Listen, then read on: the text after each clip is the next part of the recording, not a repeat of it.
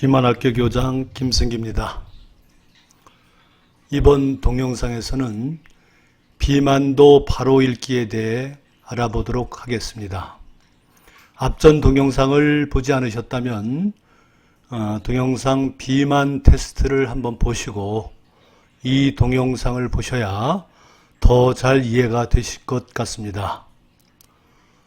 전 동영상에서 네이버 검색창을 이용해서 BMI를 알아봤는데요.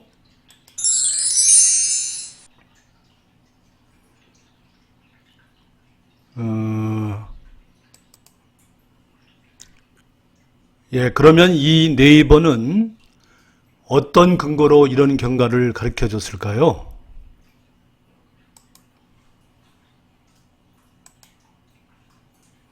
그러니까 이런 결과가 어떤 기준일까? 여러분 궁금하지 않으세요? 바로 이 근거에 의해서 네이버도 우리한테 결과를 가르쳐 준 겁니다.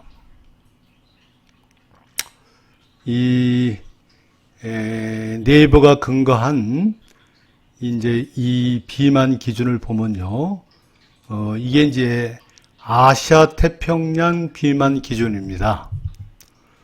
18.5 이하가 저체중이고요. 25 이상이 비만입니다. 그리고 30 이상이 2단계 비만, 고도 비만이죠. 그리고 23에서 25까지는 아직 비만은 아니지만 이 비만 전 단계인 과체중으로 보고 있습니다. 그래서 이 네이버는 이거를 이거를 가지고 여러분한테 이제 결과를 가르쳐 준 겁니다. 그래서 좀 더 그거를 정리해 보면요, 요겁니다. 아시아 기준인데요. 18.5 미만이 저체중, 그리고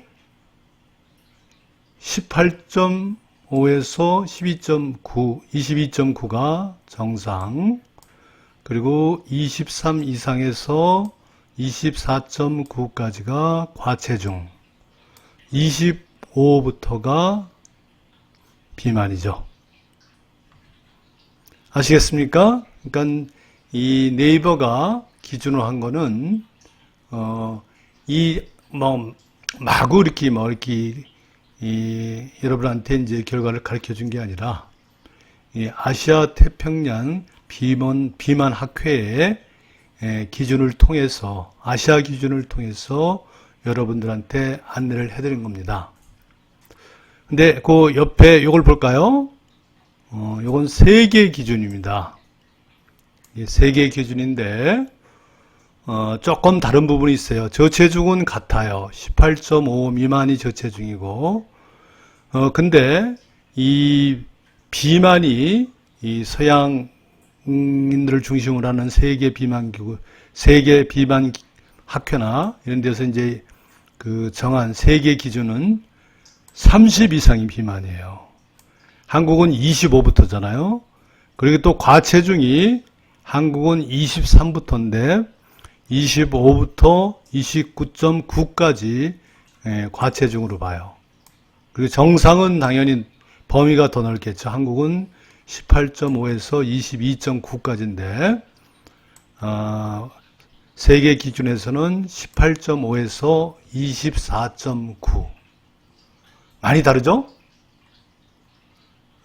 그러면은 왜 이렇게 아시아 기준과 세계 기준이 다를까요? 궁금하지 않으세요?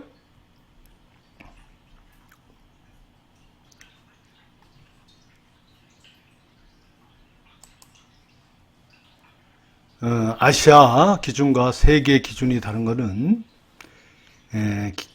그 비만에는 이 기준점이 있는데, 기준점은 뭐를 잡느냐면 비만 연계 질환이 통계적으로 많아지는 시점입니다. 근데 아시아인과 이 아시아 태평양인들은 BMI 25부터 당뇨병이 현저히 증가한다고 그래요. 그래서 BMI 25를 기준점으로 잡은 거예요. 그러면 왜 동양인은 서양인과 다를까? 궁금하시죠? 근데 이건 뭐 식생활도 다르고 또 체질도 다르기 때문이겠죠. 그러나 자세히는 몰라요. 앞으로 이게 연구 과제입니다. 어쨌든 서양인들은 동양인보다 좀 더 살이 찐 뒤에 비만 연계 질환들이 나타나요.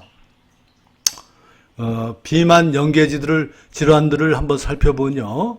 여러분들이 많이 이제 들은 질병들이에요. 흔히 이제 그 생활습관병이라고 하기도 합니다.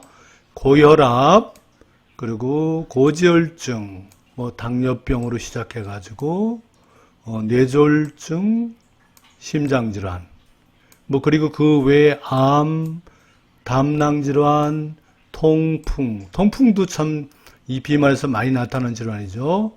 섭식장애, 수면장애, 정서장애, 골관절염. 어쨌든 비만이 상당히 많은 부분에서 문제를 일으킵니다. 이제 이 비만과 연계해서 이제 이런 질환들을 나타내는데요. 그럼 살이 찌면 왜 이런 연계 질환들이 나타날까요? 궁금하지 않으세요?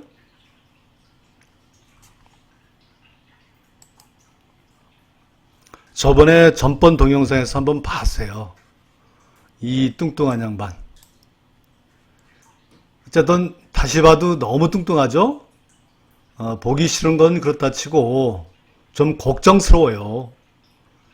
그런데 이 뚱뚱함이 고마운 면도 있어요. 무슨 말이냐고요?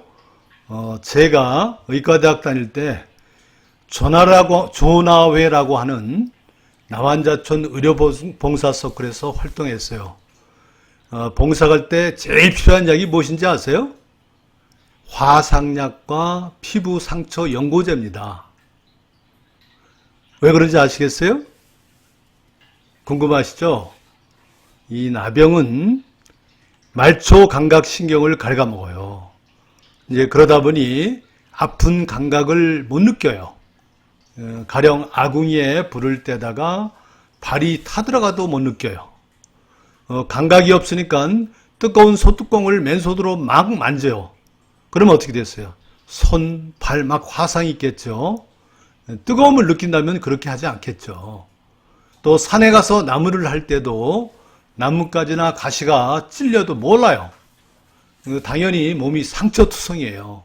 그러니까 이 화상연고, 피부연고가 나환자촌에 봉사를 갈 때, 의료봉사를 갈 때는 가장 많이 필요한 필수 품목이에요. 그러면 여러분들 아마 나병과 뚱뚱함이 무슨 상관이 있어? 뭐 이렇게 얘기하시는 분이 있을 겁니다. 상관이 있습니다. 통증은 뭐예요? 당신의 몸에 문제가 있습니다 하는 증상이죠. 뚱뚱함도 마찬가지예요. 하나의 증상이에요. 당신 너무 살이 쪘어. 비만이야. 방치하면 차차 병증이 될 거야. 이런 친절한 경고라고 생각하세요. 그런데도 이 친절한 경고를 무시하고 뚱뚱한 비만 상태를 계속 유지한다면 몸속에 너무 많이 축적된 지방이 뚱뚱한 사람들을 비만과 연관된 질병, 소위 생활습관병이라고 하는 병으로 차츰 우리를 끌고 갑니다. 그 기전은 어떻게 돼서 그럴까요? 기전은 이래요. 과다 지방들이 말이에요.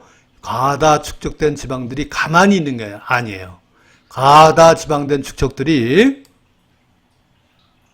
이런 하나의 하나의 나쁜 호르몬 분비기관, 나쁜 내분비기관 역할을 해요.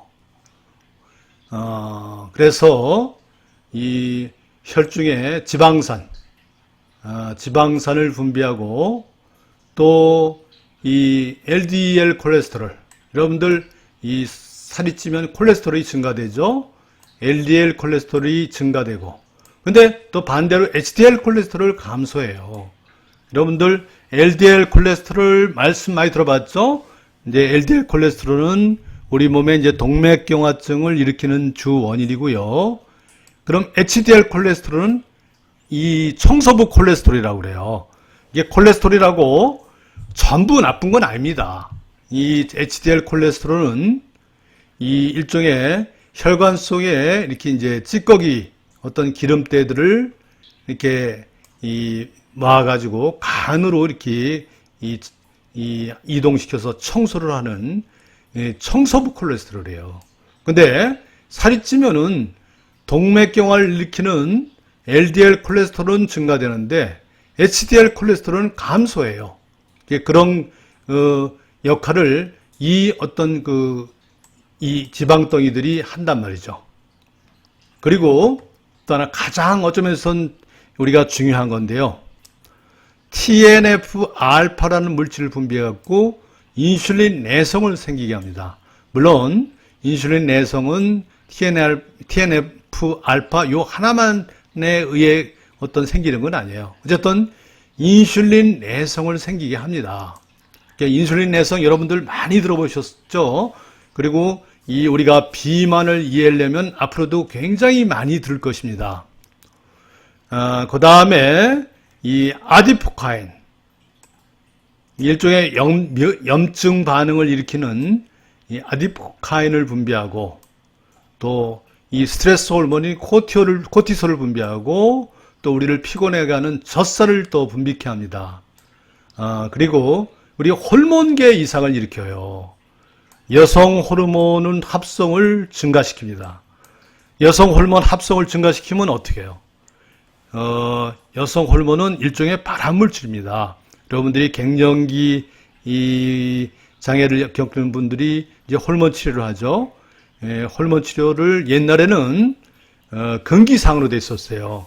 호르몬 치료를 하면은 일종의 유방암이나 자궁암 같은 것이 많이 생긴다고 금기였는데 요새는 검사를 자주 하면서 일종의 그 갱년기 증상을 없애는 하나의 요법으로 사용되고 있습니다. 옛날하고는 조금 다른 점이죠. 어쨌든 여성 호르몬 합성을 증가시킵니다. 그래서 이 비만 청소년에서는 여성 호르몬이 증가돼 가지고요.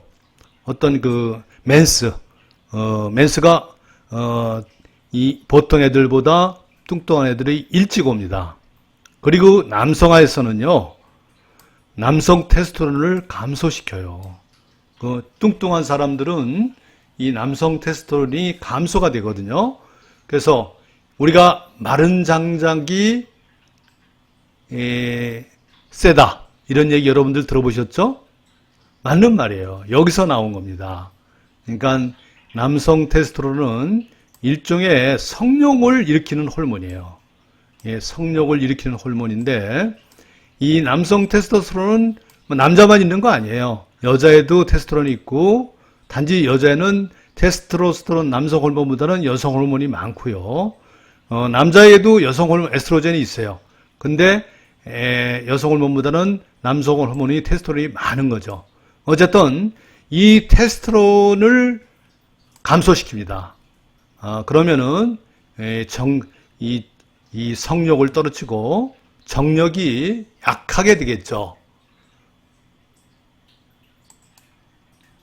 어쨌든 이런 모든 나쁜 호르몬들이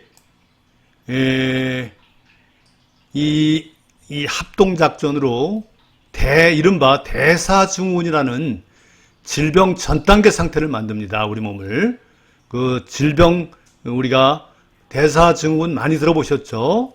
대사증후군 진단은, 우리가, 대사증후군 진단은, 아래 구성 요소 중 3가지 이상이 있는 경우, 3가지 이상이 있는 경우, 복부 비만, 허리 둘레가 남자는 90cm, 여자는 85cm 이상인 경우, 또 중성지방이 150mg 이상 있는 경우, 그리고 HDL 콜레스테롤이 남성에서는 40, 여자에서는 50 이하로 적은 경우, 그리고 혈압이 높아서 혈압이 130에서 85 이상인 경우, 그리고 혈당이 높아져 갖고 공복 혈당이 100 이상인 경우, 또는 당뇨병 과거력이 있거나 지금 기존에 약을 먹고 있는 사람이 여기에 해당돼요.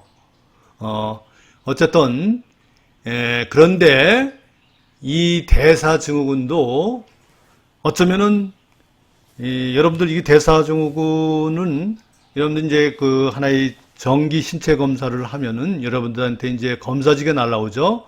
검사지가 날라오면 거기에 뭐 너무 이 복부 비만입니다. 또 지방, 중성지방이 많습니다. 또 HDL 콜레스테롤 낮습니다. 혈압이 높습니다. 혈당이 너무 높습니다. 뭐 이런 어떤 그 결과가 날라올 거예요.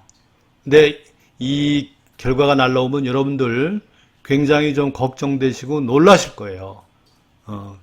이거를 이제, 그런데 이 대사증후군은요, 하나의 질병 상태는 아닙니다. 질병 전 단계 상태라고 아시면 돼요. 그러니까 이것이 이게 더 지나면은 영원히 돌아올 수 없는 강을 건너요. 근데 아직은 대사증후군은 이 상태는 이 돌아올 수 없는 강을 건넌 상태는 아니고요. 살만 빼면은 다시 정상으로 돌아갈 수 있습니다. 그러니까 아직 이 질병 상태가 아니에요. 그러니까 어쩌면서는 이 결과를 나쁘게만 받아들이지 마시고 하나의 받아들이기 나름이에요. 다시 말하지만 이 대사증후군은 아직 질병 상태가 아니에요. 질병 전 단계, 즉 살만 빼면 정상으로 돌아갈 수 있어요. 그러고 보면 이것은 하나의 뚱뚱한 게 하나의 경고라고 여러분들한테 말씀드렸죠. 이게 하나의 경고고 좋은 사인으로 받아들이면 어떤 좋은 사인으로 받아들일 수 있다. 또 긍정적인 면도 있다. 이런 말씀을 드렸는데 이 대사증후군도 마찬가지예요. 이 대사증후군은 여러분들한테 이제 마지막 경고입니다. 아주 간곡한 경고죠. 그러니까 1초 경고에 이어서 이 대사증후군이 생겼다면 2차 경고로 받아들이시면 됩니다. 다시 말씀드리지만 경고라는 것은 아직 질병 상태가 아니에요. 다시 돌아갈 수 있어요. 정상으로 살만 빼면 다시 돌아갈 수 있습니다. 하지만 마지막입니다. 마지막 경고입니다. 그러니까 이 마지막 경고 다음엔 어떻게 하겠어요? 우리가 옐로우 카드를 2번 축구에서 받으면 어떻게 하죠? 퇴장이죠. 그러니까 이것도 마지막 경고예요. 그러니까 여기서 이 경고를 무시하고 다시 또 어떤 경고를 받는다면 퇴장이죠. 그러면 그 다음엔 레드카드가 나옵니다. 레드카드가 나옵니다. 그러니까 꼭 이 간곡한 경고를 무시하면 안 돼요. 어떻게든 살을 빼야겠다. 비만을 탈출해야 되겠다. 라는 단단한 결심을 하셔야 돼요. 이 경고마저 무시한다면 건강한 미래는 더 이상 없습니다. 한번 이 책과 기사 한번 보실래요? 배부른 다이어트, 배고픈 다이어트, 배부른 다이어트. 이게 2004년에 나온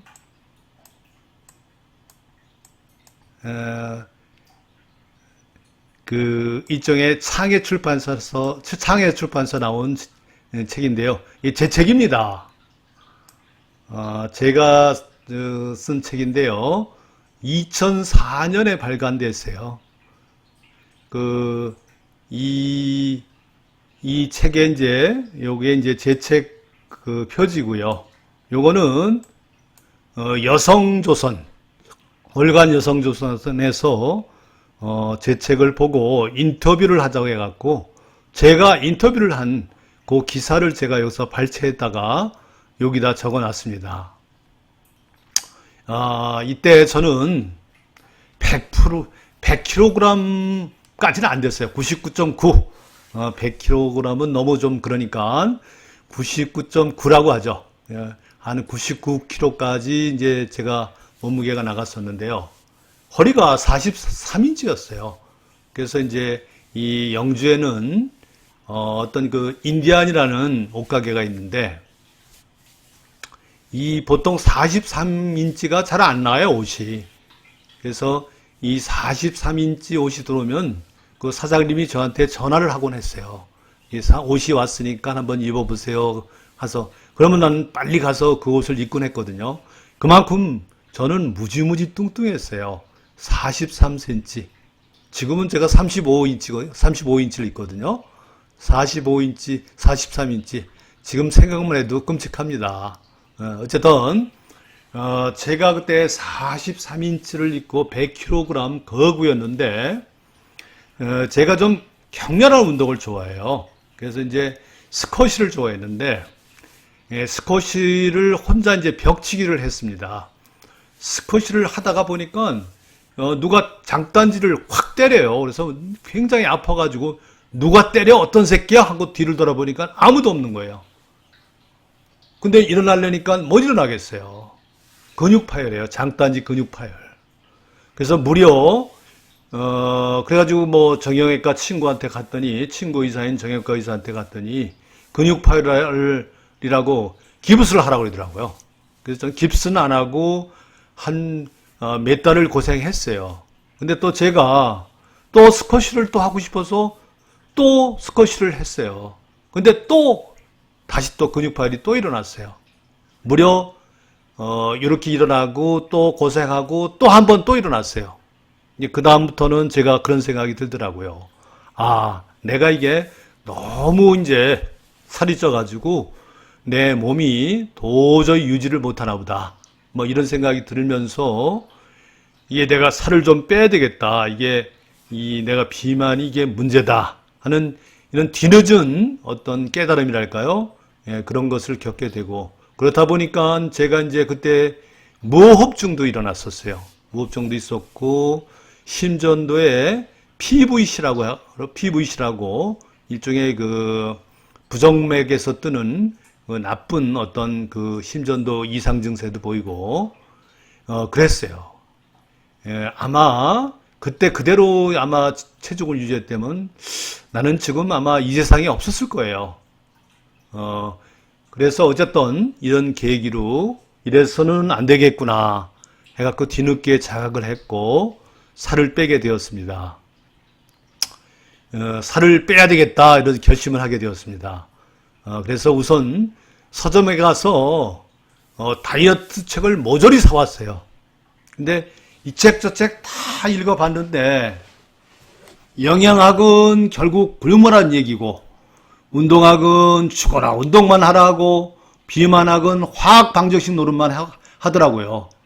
그래서 참 이게 뭐 좀 세 가지를 다 이제 이렇게 통합을 해서 좀 이렇게 좀 다이어트 그 책을 쓴 사람이 없나 이렇게 백방을 찾았지만 없더라고요. 그래서 까짓것 내가 한번 써볼까 이제 생각이 들어가지고 한 5년여 공부를 했어요. 공부를 하면서 이 비만에 대해서 많이 알게 됐고 제 비만도 극복하게 되었습니다. 그리고 내 비만도 극복하고 그 결과물로 이 책이 나온 거예요. 이 창의 출판사에서 배고픈 다이어트, 배부른 다이어트, 배고픈 다이어트, 배부른 다이어트. 아마 지금도 인터넷 교보문고에 들어가시면 아마 구입하실 수 있을 겁니다. 그때 이 책은 의사가 쓴 최초의 다이어트 책이었어요. 그래서 매스컴에 조명을 받기도 하고 모 방송사에서는 뭐 생방송 교섭까지 들어왔었어요. 어쨌든 이때가 2004년이었는데요. 2004년은 아직 한국의 비만학회가 막 창립할 때예요. 그리고 여전까지 이제 영양학회, 비만학회, 운동학회 이제 따로따로 이제 어떤 모임을 갖다가 비로소 대한비만학회라는 하나의 테두리 안에서 같이 통합적인 연구를 하기 시작을 했습니다. 그때 이 책을 내고 저는 비만 클리닉을 열었어요. 제 병원이 그 전에 이제 있던 병원에서 좀 더 큰 병원 그 사무실로 옮기면서 세미나실도 만들고 식당도 만들고 이렇게 뭐 이 우리가 집단 그룹 세라피 일종의 이제 이 그룹 세라피라고 여러 사람을 모아가지고 이제 이 인지행동 치료 같은 걸 하는 걸 이제 그룹 치료라고 하거든요. 그래서 이제 이 그런 내부 시설을 다 꾸몄었어요. 그래서 제가 한 20명 정도 무료로 첫 회니까 무료로 이렇게 모집을 해서 이 다이어트 프로그램을 진행했습니다. 일주일에 2번씩 모였는데요. 같이 밥도 해 먹고 또 일주일 동안 그 식생활 또 걷기 이런 것도 체크하고 또 하면서 자기 자신의 잘못된 점 같은 걸 서로 토론을 하고 잘못된 점 지적하고 본인이 또 잘못된 점을 또 다음에 가서는 고쳐서 다시 실천하고 이런 일종의 인지행동 치료였어요. 일종의 먹을 것, 먹는 것, 또 우리가 걷는 거, 생활 습관 이런 거를 바꾸는 프로그램이었어요. 그 결과 몇 명은 뭐 이유 이제 나오질 않았는데 마지막까지 간 사람은 다 성공을 했어요. 나름대로 만족스럽게 성공을 했습니다. 그런데 이 3개월이 끝나고 2차 모집으로 유료로 바꿨어요. 무료에서. 근데 사람들이 안 모이더라고요.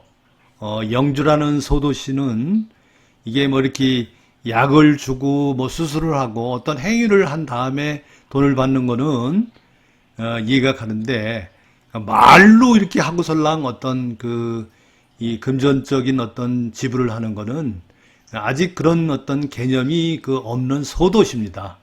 그래서 아마 제가 부자들이 사는 어떤 강남에서 이 프로그램을 운영했다면 아마 대성공을 했을 겁니다.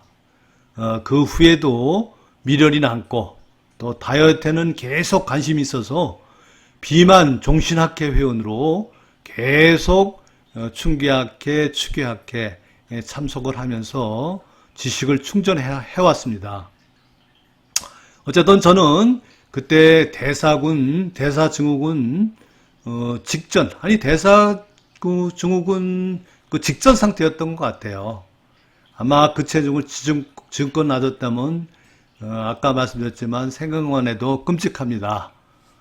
어쨌든 뚱뚱하다는 것은 1차 경고입니다.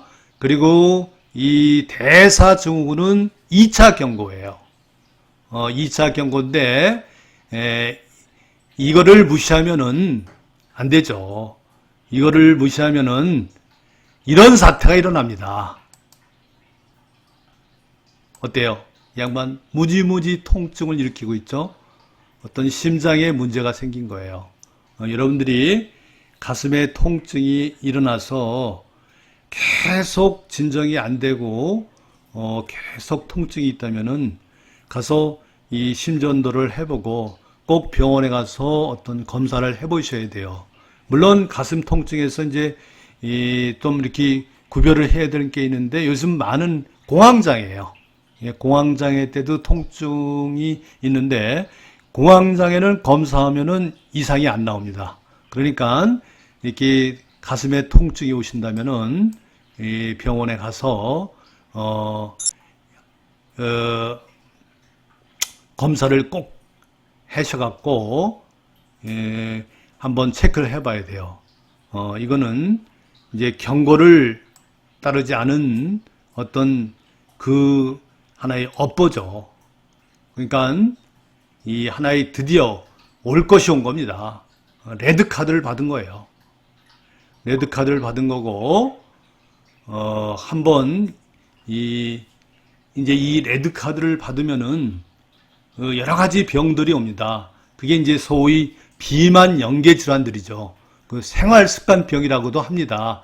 이 살이 많이 쪄서 오는 질병이기 때문에 우리가 생활습관하고 밀접하다 해서 생활습관병이라고 또 하는데, 비만 연계 질환들이 아주 많이 발생하면서 우리를 질병 상태로 끌고 갑니다. 한번 볼까요? 이게 비만 연계 질환입니다. 비만 연계 질환은 이렇게 레드 카드를 받은 거예요. 비만 연계 질환 아까 잠깐 살펴봤는데요. 고혈압, 고지혈증, 당뇨병, 그리고 뭐 뇌졸중, 심장질환, 통풍, 그리고 뭐 암, 담낭질환, 섭식장애, 수면장애, 정서장애, 골관절염. 어쨌든 모든 어떤 아주 다양한 질병들이 이 비만 때문에 발생을 하게 됩니다. 그러니까 우리 몸속에 지나치게 축적된 지방들이 막 나쁜 호르몬을 분비해 가지고 이런 모든 질병들을 일으켜요. 어때요? 근데 이렇게 레드 카드를 받으면은 이미 늦었습니다. 이제 살을 빼더라도 정상으로 돌아갈 수가 없어요. 이미 돌아갈 수 없는 강을 건너버린 겁니다. 그냥 질병 상태가 돼버린 거죠. 이제 그 이유는 인생은 고달픕니다. 병에 계속 시달릴 거고, 그러다가 죽음에 이르겠죠. 한번 그 과정을 요약해 보면은, 우리가 비만 위험에 대해서 무지하고, 또 살찌는 과정에 무지하고, 또 식생활에 무지하고, 이제 이거를 이렇게 이 무지 때문에 저는 그렇게 생각하거든요. 비만은 무식해서 이 살이 찐다고 생각을 합니다. 그러니까 이 비만이 얼마나 위험한가를 절절히 안다면은 살을 안 빼고는 우리가 못 빼길 거예요. 어쨌든 이 살이 찐 상태를 방치하면은 여러분들 아까 살펴봤듯이 뚱뚱해지죠. 이 뚱뚱한 게 이제 1차 경고고, 다음에는 2차 경고가 옵니다. 여러분 신체 검사에서 무엇이 이상입니다 하는 2차 경고가 옵니다. 이게 대사증후군이라고 했죠. 그래서 뚱뚱함 1차 경고, 그리고 대사증후군 2차 경고. 그 다음에 그 다음부터는 이게 이제 꼬이면서 이제 돌아올 수 없는 강을 건너는 거예요. 이때부터는 이제 여기까지는 옐로우 카드, 일종의 경고 카드인데, 이쪽부터는 레드 카드입니다. 이제 당뇨병이 이제 굳어지고, 고혈압이 이제 이 혈압약을 먹어야만 떨어지고, 동맥경화증이 아주 자리를 잡고, 이제 이렇게 되면은 여러분들은 아주 이제 계속 약을 먹고 살아야 되는 그런 처지가 됩니다. 그래서 이제 이것을 오랫동안 겪다 보면 계속 이 합병증이 오게 됩니다.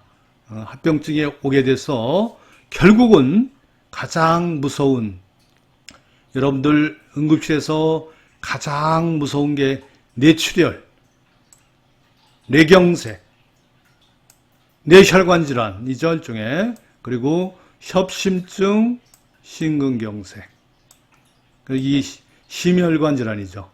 어쨌든 이 뇌혈관 질환과 심혈관 질환이 생기면 우리 생명은 위태로워요. 우리가 죽든지 반신불수가 되든지 이제 그런 상태가 돼 갖고 우리한테는 영원히 어떤 정상 상태로 돌아올 수 없는 그런 상태를 우리가 이제 맞게 됩니다. 그러니까 어쨌든 이 상태까지는 만들지 말아야 돼요. 아까 1차로 뚱뚱하다는 거, 2차로 대사증후군까지는 좋단 말이에요. 그때까지는 우리가 이제 살만 빼면은 우리가 이제 그 정상으로 돌아갈 수가 있어요. 근데 그 강을 2차 경고까지 무시하고 계속 살을 안 빼면은 레드카드를 받아요. 그래서 당뇨병이 생기고 고혈압이 생기고 동맥경화가 생기고 전국에는 뇌출혈이나 뇌경색, 협심증, 심근경색이 일어나가서 우리는 죽게 됩니다.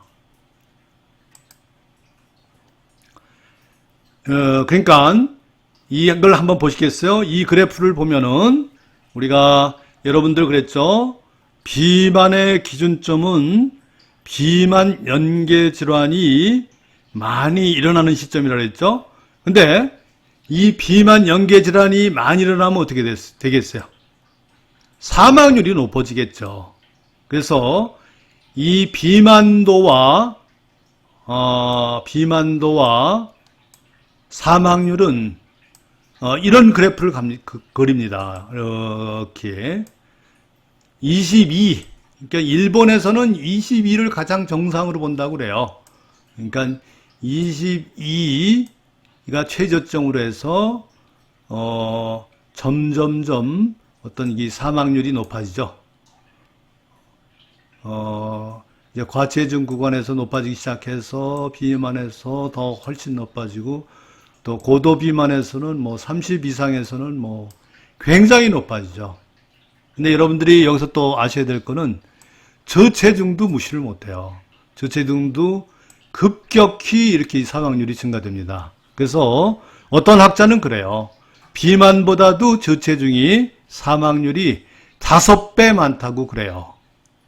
그러니까 우리가 이 비만도 우리가 이 건강을 해치지만 너무 이 날씬한 거를 하려고 너무 살을 빼고 안 먹는 것도 문제가 됩니다. 어쨌든 이 적절한 체중, 저체중도 안 되고 어떤 비만도 안 되고 여러분 한 22 정도가 가장 좋습니다. BMI 22 정도. 그 정도 유지하시면 가장 좋으니까 어쨌든 우리가 비만은 비만 연계 질환들과 밀접한 관계 있고 이런 사망률에까지 밀접한 관계가 있어요. 그래서요. 정상 체중은 건강이 기본이다. 여러분들 이건 마음에 꼭 새기셔야 됩니다. 이거 볼까요? 비만은 죽음의 모습마저 바꿔놓고 있다. 이 그림이 좀 끔찍하죠? 우리가 비만은 결국은 우리를 죽음으로 끌고 갑니다. 여기 한번 볼까요? 이게 이 사망 원인입니다.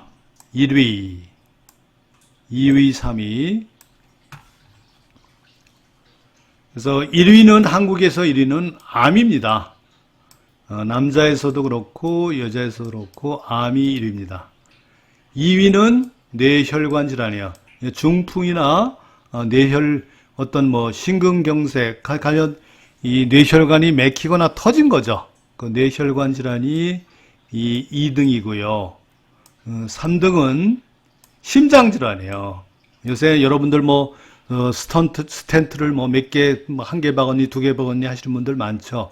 이 심장 질환을 어떤 심근경색, 심장에 그 혈관이 막혀가지고 피가 안 통해서 이제 생기는 거거든요. 이런 때는 옛날 같은 경우는 심근경색 걸리면 다 죽었어요.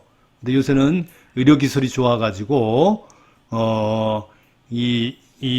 어떤 골든타임, 빨리 어떤 병원에만 가면은 어떤 시술을 통해서 그 막힌 거를 뚫고, 거기에 이제 스텐트를 박아가지고, 일종의 응급 어떤 전 수술을 하게 됩니다. 그래서 이제 우리가 이제 요새는 많은 사람들이 사는데 어쩌면선 이게 이 어떤 우리 그 생명, 수명을 높이는 가장 아마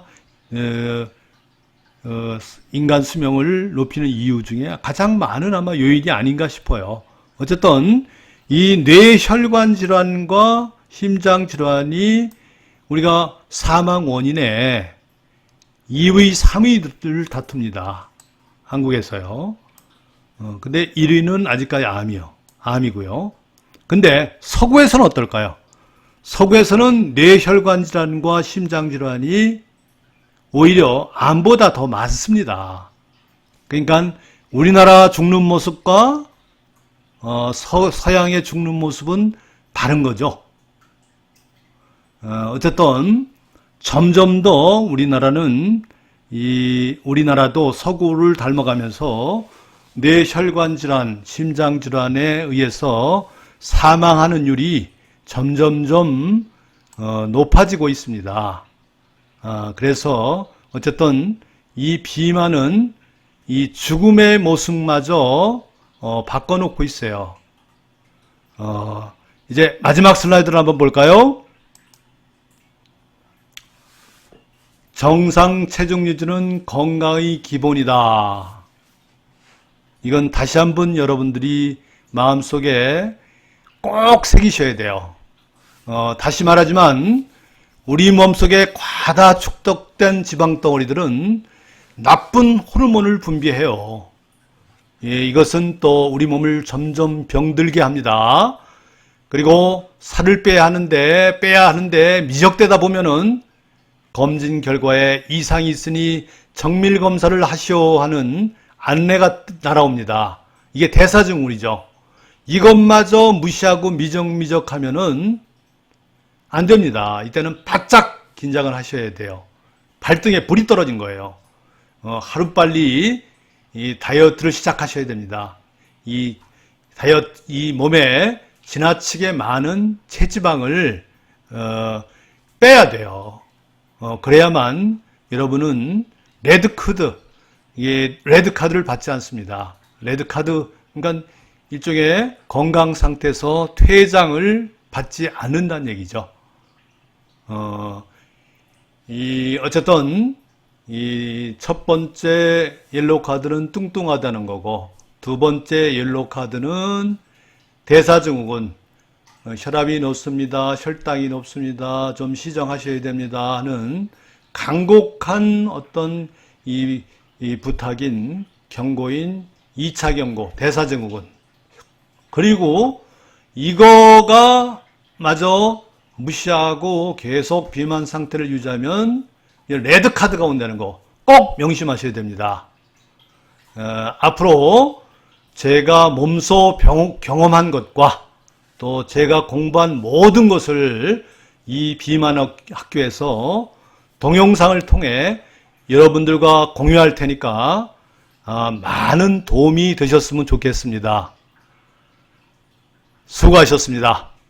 비만학교 교장 김승기였습니다.